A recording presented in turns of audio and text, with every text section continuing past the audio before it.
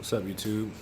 So I'm installing this ATC clutch on my 2016 WRX, and I don't see too many videos online for it, so I'm gonna try to get this posted up. It's not gonna be too in detail, but I'm gonna try to get to the gist of it. So here we go. Here's the clutch kit itself. I got the axle nuts, the entire clutch kit, flywheel, all that. I got a new fork, and the thing the fork sits on, I forgot what it's called. So that's what I got for it. Here's the car already jacked up. I was doing work on it yesterday, installing coilovers, sway bars, a couple other things. I drained the transmission fluid already, so you're gonna need a, what's it called, T70 to get that transmission fluid out. And I'm gonna leave in the description just how much fluid you need and all that stuff and what tools you need whenever I post this up. But so I drained the transmission. I took out my top mount intercooler and my pitch stop mount so far. And this is what it's looking at. Alright, so after I already drained the transmission fluid and I replaced the gasket and plugged it back up, I took out the top mount and then this pitch stop. And next, I'm going to take out this 14mm bolt right here on the starter. I'm touching it. See if I can get my phone in there so you can see. I don't know if you can see that or not, but it's like right here. So, sorry if it was a bad angle, but it's right here on the starter. And that's on the driver's side. And then if you come over here on the passenger, it should be another 14mm bolt right under these cables, like right here. Damn, it's hard to see in there. Here's that bolt from a different angle right there. After we take those two bolts out, we're going to take out this ground 10mm right there, and then unplug those two cables and this large brown one. So after we have those unplugged, the last thing we're going to do up top is remove the two bolts on the slave cylinder, which I've already done. Not the hydraulic line, and just like hang it right here, move it out the way. I recommend having the car on the ground while you're doing all this stuff up top, because it is kind of hard to reach back there. But I'm gonna go ahead and punch out this little axle nut and get my cousin to step on the brakes while I take them out. And these are 32mm, I believe. So I'm gonna do that, and then I'm gonna head under the car to take out the exhaust, not the whole thing, just the mid pipe.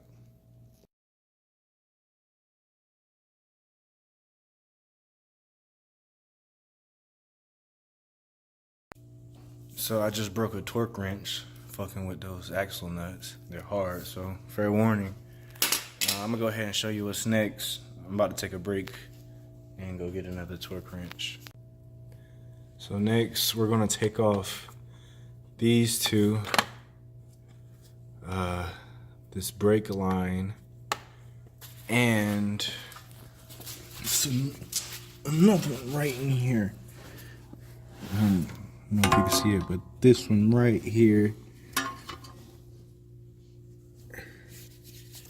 That bolt right there I'm pointing to. I can't touch it because I'm holding the light, but yeah, that one.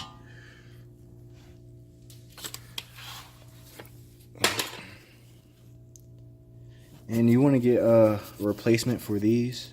You never want to use the same ones.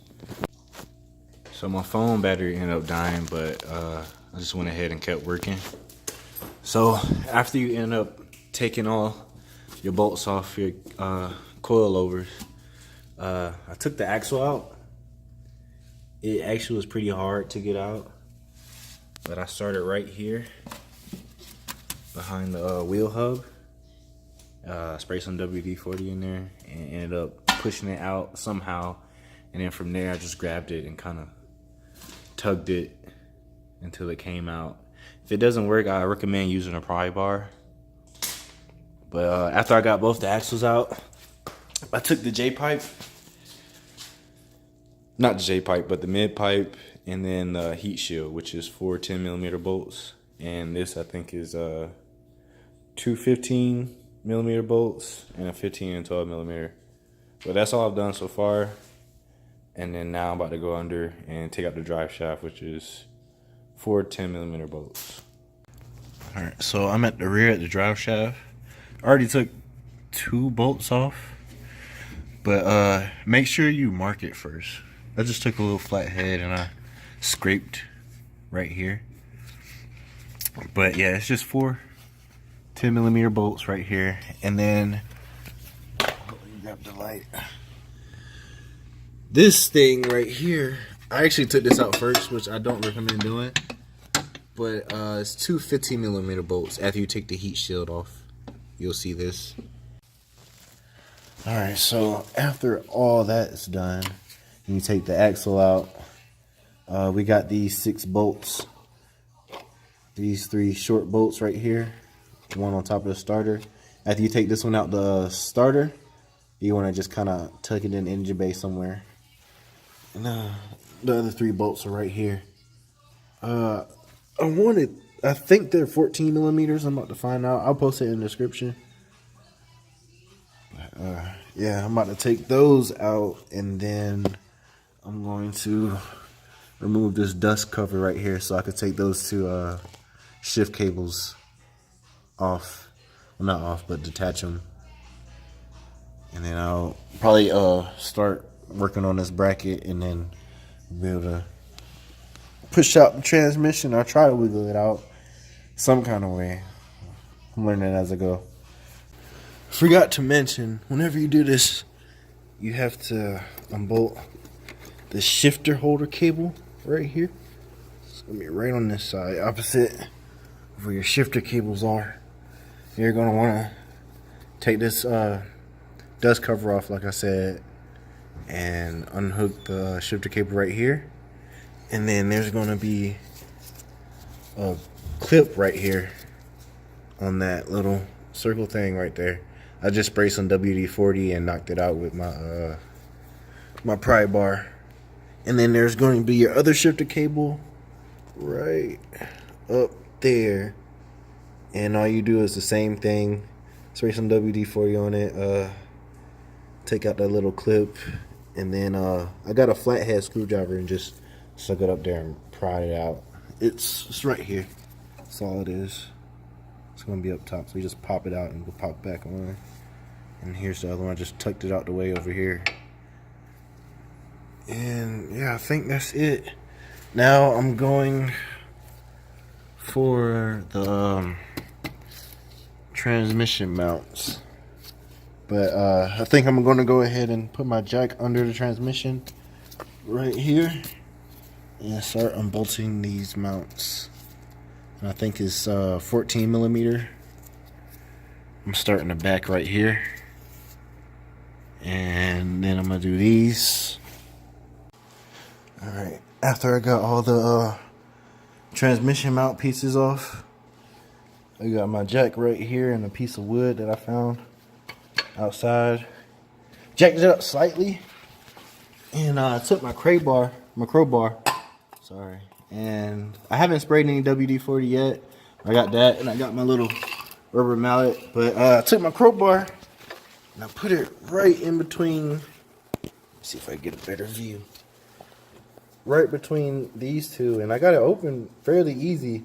Now it's a little bit hard to shake and wiggle, but that's what I'm doing right now. I'm just picking it up, lowering it, trying to shake it off as much as I can. So I'm gonna be down here probably for about a good 10-15 minutes probably. I don't know.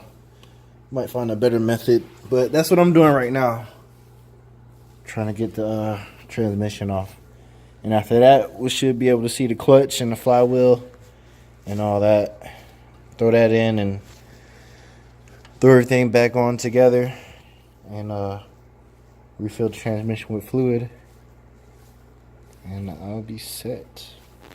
So I got the transmission off. It took me honestly about 10 minutes. I had took my crowbar and put it on the side, and then well, I had somebody hold it for me and put a tension on it, and I just wiggled the transmission off till it came off and lowered it with the jack, and here it is right here.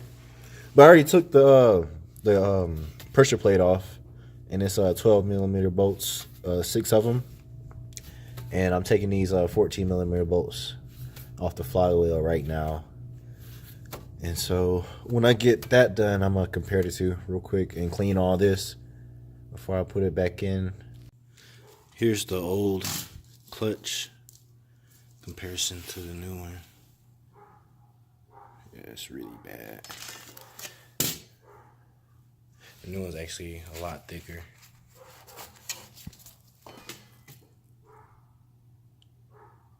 But I'm about to clean off the clutch, the pressure plate, and the flywheel with some brake cleaner before I put it in, and also put some thread locker on the bolts, and some high temp grease in these little pockets for the fork.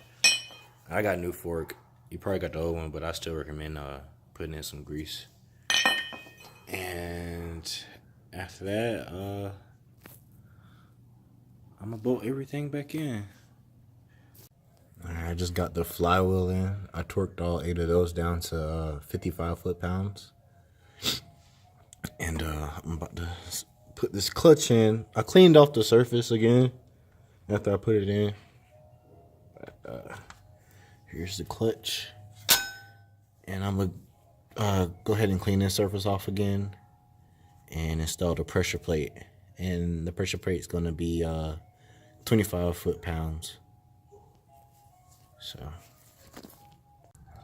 So here's the installed clutch. I'm about to I'll move the starter out the way up there and some of the cables. But I'm about to jack the transmission back up and try my best to wiggle it back on there. I honestly don't think it'll be that hard.